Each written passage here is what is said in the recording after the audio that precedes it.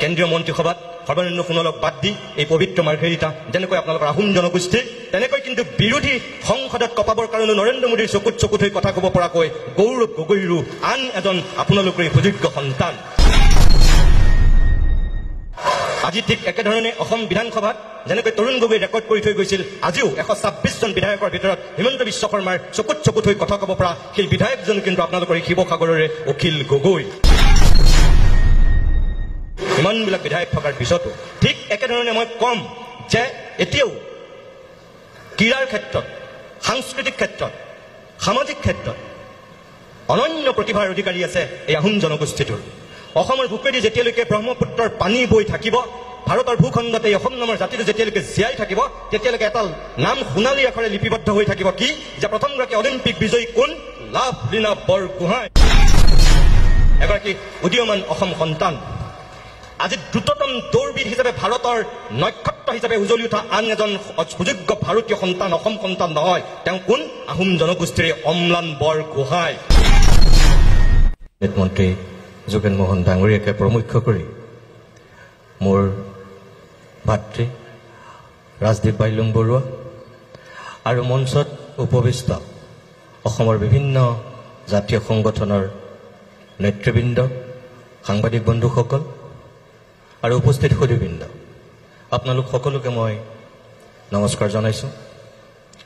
আৰু ৩৬ সংখ্যক যি সদৌ টাই আহোম ছাত্ৰ সন্থাৰ কেন্দ্ৰীয় প্ৰতিষ্ঠা দিৱস, দুদিন ধৰি শিৱসাগৰৰ এই মাজমজিয়াত যি উলহ মালহেৰে উদ্যোক্তাসকলে আয়োজন কৰিছিল, সফল সমাপ্তিৰ দিশত যিহেতু এতিয়া উপনীত হৈছেহি, তাৰ কাৰণে সকলোকে যি সহযোগিতা আগবঢ়ালে, উদ্যোক্তাসকলৰ যিখিনি কষ্ট, শ্ৰম আৰু যি উদ্দেশ্যত তেওঁলোকে এই ৩৬ সংখ্যক প্ৰতিষ্ঠা দিৱসটো উদযাপন কৰিছিল, তাৰ কাৰণে তেওঁলোকৰ শলাগ ধন্যবাদ জনাইছোঁ।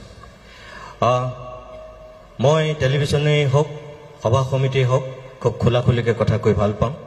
আৰু এই মুহূৰ্ততো ইয়াত খুব চমুকৈ যিকেইটা মই কথা ক'ব বিচাৰিছোঁ, মোৰ বিবেকে যিকেইটা কথা ক'বলৈ ইয়াত অনুমতি দিছে, সেই তেনেকুৱা দুটামান কথা কৈ মই মোৰ দায়িত্বটোৰ মুক্তি পাম।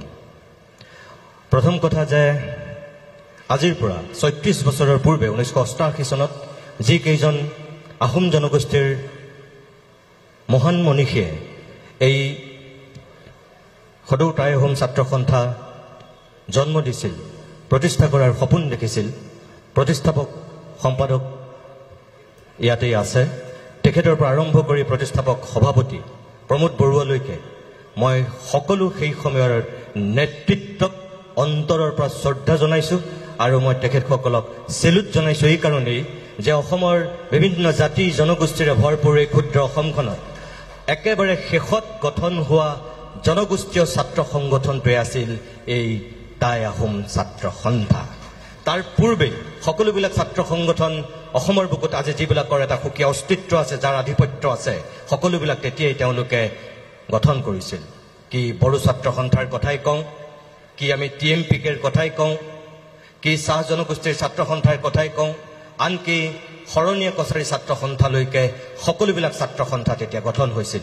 কিন্তু ৬০০ বছৰ ৰাজত্ব কৰা যিটো জনগোষ্ঠীৰ অসমীয়া সমাজ জীৱনত এটা সুকীয়া আধিপত্য আছে, সেই জনগোষ্ঠীটোৰেই এটা সুকীয়া ছাত্ৰ সংগঠন যে লাগে বা জন্ম দিয়াৰ প্ৰয়োজন, তেতিয়ালৈকে হয়তো এই জনগোষ্ঠীটোৰ মানুহখিনিয়ে কিবা কাৰণত ভাবিও হয়তো গঠন কৰা নাছিল, যাৰ কাৰণে 1988 চনতহে এই আহোম জনগোষ্ঠীৰ ছাত্ৰ সংগঠনটোৰ তেওঁলোকে জন্ম দিছিল। আৰু লক্ষ্যৰ উদ্দেশ্য কি আছিল?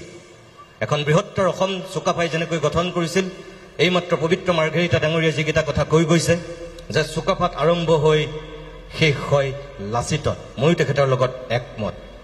মই এই কথাটো বহুতবাৰ আপোনালোকৰ বিভিন্ন সভা সমিতিত মই কৈছোঁ, এই শিৱসাগৰৰ বৰ্ডিং খেলপথাৰতো মই কৈছোঁ, ধেমাজিতো কৈছোঁ, তিনিচুকীয়াতো কৈছোঁ, ডিব্ৰুগড়তো কৈছোঁ, লখিমপুৰতো কৈছোঁ, গুৱাহাটীতো কৈছোঁ, বিভিন্ন মঞ্চত মই কৈছোঁ। আজিও মই বিশ্বাস কৰোঁ এই যে ৬০০ বছৰ ৰাজত্ব কৰা এই জাতিটো আজিও অসমৰ সমাজ জীৱনত অকল যে সেই তেতিয়াই তেওঁলোকে আধিপত্য বিস্তাৰ কৰিছিল তেনেকুৱা নহয়। মই বিশ্বাস কৰোঁ যে আজিও অসমৰ সমাজ জীৱনত, অসমৰ সাহিত্যৰ ক্ষেত্ৰত, অসমৰ বৌদ্ধিক ক্ষেত্ৰত, অসমৰ ৰাজনৈতিক ক্ষেত্ৰত, অসমৰ ক্ৰীড়াৰ ক্ষেত্ৰত, সকলোতে এই আহোম জনগোষ্ঠীৰ এটা সুকীয়া আধিপত্য অটুট আছে। আমি যদি চাওঁ তেনেহ'লে দেখিম যে ৰাজনৈতিক ক্ষেত্ৰত যেনেকৈ তৰুণ গগৈ ডাঙৰীয়াই সৰ্বাধিক সময়ৰ অসমৰ মুখ্যমন্ত্ৰীৰ আসন অলংকৃত কৰা অভিলেখ সৃষ্টি কৰি থৈ গৈছে, তেনেকৈ অসমৰ প্ৰথমখন বিশ্ববিদ্যালয়ৰ প্ৰথমগৰাকী উপাচাৰ্য এই জনগোষ্ঠীটোৰেই কৃষ্ণকান্ত সন্দিকৈয়ে শুৱনি কৰিছিল। ঠিক একেধৰণে অসম সাহিত্য সভাৰ প্ৰথমগৰাকী সভাপতি পদ্মনাথ গোহাঁই বৰুৱাও এই জনগোষ্ঠীটোৰেই অন্যতম উত্তৰসূৰী আছিল। ঠিক একেধৰণে এতিয়াও সিদিনাখনলৈকে অসমৰ বৌদ্ধিক জগতত এটা সুকীয়া আসন অধিকাৰ কৰি অসমৰ সংবাদ আৰু সাহিত্যৰ ক্ষেত্ৰখনক এটা সুকীয়া মাত্ৰা প্ৰদান কৰা মোৰ যিগৰাকী আদৰ্শ ব্যক্তি, যাক মই দ্বিতীয় দেউতা বুলি গণ্য কৰোঁ, হোমেন বৰগোহাঁই ছাৰ।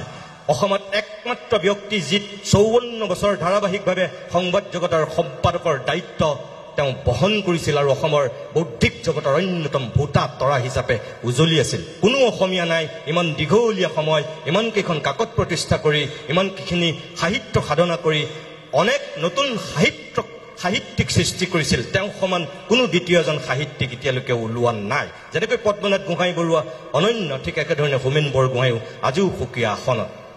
কোনোবাই ৰাজনৈতিক আদৰ্শত তেখেতৰ লগত পাৰ্থক্য হ'ব পাৰে, মত পাৰ্থক্য থাকিব পাৰে। মই ভাবোঁ আজিও যে অসমখনৰ এজন অঘোষিত অভিভাৱকৰ দায়িত্ব পালন কৰি আছে, সেইজন হৈছে ডক্টৰ হীৰেণ গোহাঁই।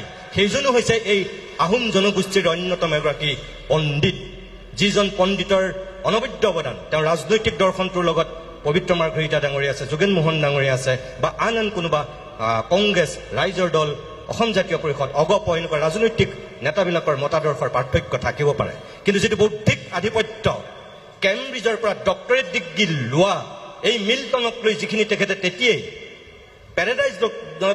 পেৰাডাইজ লজক লৈ তেওঁ যিখিনি চিন্তা আৰু চেতনা বিশ্বৰ অন্যতম চোকা সমালোচকৰ দৃষ্টিত তেতিয়াই হীৰেণ গোহাঁই উজলি উঠিছিল। এজন অসমীয়া বুলি নহয়, এজন ভাৰতীয় হিচাপে। আৰু সেইজন হীৰেণ গোহাঁয়ে দিল্লী বিশ্ববিদ্যালয়ৰ পৰা প্ৰথমজন অসমীয়া যি ইংৰাজীত ফাৰ্ষ্ট ক্লাছ ফাৰ্ষ্ট হৈছিল, তাৰ আগলৈকে কোনো হোৱা নাছিল। এজনো আপোনালোকৰ জনগোষ্ঠীৰ। ঠিক একেধৰণে এতিয়াও মই যদি কওঁ কেন্দ্ৰীয় মন্ত্ৰীসভাত সৰ্বানন্দ সোণোৱালক বাদ দি এই পবিত্ৰ মাৰ্ঘেৰিটা যেনেকৈ আপোনালোকৰ আহোম জনগোষ্ঠীৰ, তেনেকৈ কিন্তু বিৰোধী সংসদত কপাবৰ কাৰণে নৰেন্দ্ৰ মোদীৰ চকুত হৈ কথা ক'ব পৰাকৈ গৌৰৱ গগৈৰো আন এজন আপোনালোকৰে সুযোগ্য সন্তান। আজি ঠিক একেধৰণে অসম বিধানসভাত যেনেকৈ তৰুণ গগৈ ৰেকৰ্ড কৰি থৈ গৈছিল, আজিও 126জন বিধায়কৰ ভিতৰত হিমন্ত বিশ্ব শৰ্মাৰ চকুত হৈ কথা ক'ব পৰা সেই বিধায়কজন কিন্তু আপোনালোকৰ এই শিৱসাগৰৰে অখিল গগৈ। ইমানবিলাক বিধায়ক থকাৰ পিছতো ঠিক একেধৰণে মই কম যে এতিয়াও ক্ৰীড়াৰ ক্ষেত্ৰত, সাংস্কৃতিক ক্ষেত্ৰত, সামাজিক ক্ষেত্ৰত অনন্য প্ৰতিভাৰ অধিকাৰী আছে এই আহোম জনগোষ্ঠীটোৰ। অসমৰ বুকুৱেদি যেতিয়ালৈকে ব্ৰহ্মপুত্ৰৰ পানী বৈ থাকিব, ভাৰতৰ ভূখণ্ডত এই অসম নামৰ জাতিটো যেতিয়ালৈকে জীয়াই থাকিব, তেতিয়ালৈকে এটা নাম সোণালী আখৰে লিপিবদ্ধ হৈ থাকিব, কি যে প্ৰথমগৰাকী অলিম্পিক বিজয়ী কোন? লাভলীনা বৰগোহাঁই, এগৰাকী উদীয়মান অসম সন্তান। আজি দ্ৰুততম দৌৰবিদ হিচাপে ভাৰতৰ নক্ষত্ৰ হিচাপে উজলি উঠা আন এজন সুযোগ্য ভাৰতীয় সন্তান, অসম সন্তান নহয়। তেওঁ কোন? আহোম জনগোষ্ঠীৰে অম্লান বৰগোহাঁই। এনেকৈ এতিয়াও এই জনগোষ্ঠীটোৰ বহুত প্ৰতিভা আছে। ভীমকান্ত বৰুৱাগোহাঁইৰ পৰা আৰম্ভ কৰি ডম্বৰুধৰ গগৈলৈকে, লীলাধৰ গগৈৰ পৰা আৰম্ভ কৰি এতিয়াও প্ৰেমথী গোহাঁই বৰুৱালৈকে আৰম্ভ কৰি অনেক সাহিত্যিকে এতিয়াও অসমৰ সাহিত্যৰ জগতখন সমৃদ্ধিশালী কৰি আছে। মই বহুতৰ নাম ল'ব পাৰোঁ, মোৰ মুখৰ আগত যাৰ এই মুহূৰ্তত নাম আহিছে মই তেওঁহে লৈছোঁ। ৰাজদীপ বাইলুং বৰুৱা অসমৰ টেলিভিছনৰ অন্যতম এজন এতিয়া জ্যেষ্ঠ সাংবাদিক। আপোনালোকৰ এই যে সকলো ক্ষেত্ৰত ক্ৰীড়া, ৰাজনীতি, সমাজ, সংস্কৃতি সকলোতে যে এই এটা দপদপাই আছে, এই যে বিপিন চাউদাঙৰ পৰা এই যে আচুৰ্য বৰপাত্ৰলৈকে এই যে সকলো মানুহখিনি এই জনগোষ্ঠীটোৰ ক'ত নাই তাৰমানে এই আহোম জনগোষ্ঠীৰ মানুহৰ আধিপত্য। মই ভাবোঁ যে উঠি অহা প্ৰজন্মক এই প্ৰতিষ্ঠা দিৱসত আপোনালোকে এই কথাবিলাকো তেওঁলোকৰ মাজত বিলাই দিয়ক।